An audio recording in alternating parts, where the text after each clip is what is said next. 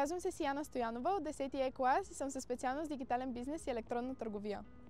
Подготвих се с решаване на много тестове, които наподобяват теста, който се дава на самото състезание.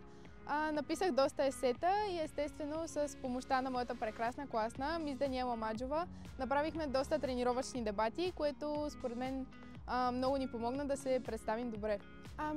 Отново, както вече споменах, изключително много ми помогна мис Даниела Маджова, която е преподавател по английски език в нашата гимназия. След часовете оставахме, правихме много тренировъчни дебати, писахме есета, решавахме тестове, правихме игри в Кахут и това изключително много ми помогна да се подготвя. Изключително важно е да имаме много увереност, да знаем как да защитаваме своята позиция, своята гледна точка и разбира се да се забавляваме, тъй като без забавление няма как да станат нещата. Аз съм изключително доволна от моето участие. Аз си тръгнах от състезанието с 7 медала, 4 златни и 3 сребърни и съм в топ 30 дебатьори, които присъстваха на състезанието, така че съм доста доволна от себе си.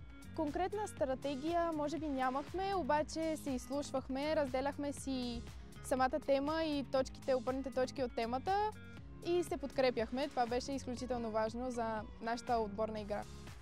Изключително много ме впечатли една от темите, които ни дадоха за дебатиране. Тя беше, че учениците трябва да прекарат поне един месец в симулация, която да показва бъдещето след 20 години.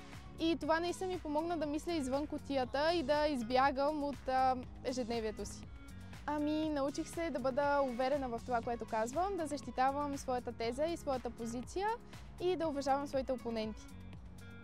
Може би няма такъв конкретен, но цялото пътуване беше наистина незабравимо. Дните, в които се събирахме, говорихме си, подкрепяхме се, състезавахме се заедно и може би на награждаването беше най-емоционално за нас, тъй като всички се подкрепяхме, пляскахме, когато някой излизаше да го награждават и наистина усетих една топлина. Пожелавам ви весели празници, да бъдете много щастливи, да си прекарате много добре и вярвайте в себе си и следвайте целите и мечтите си.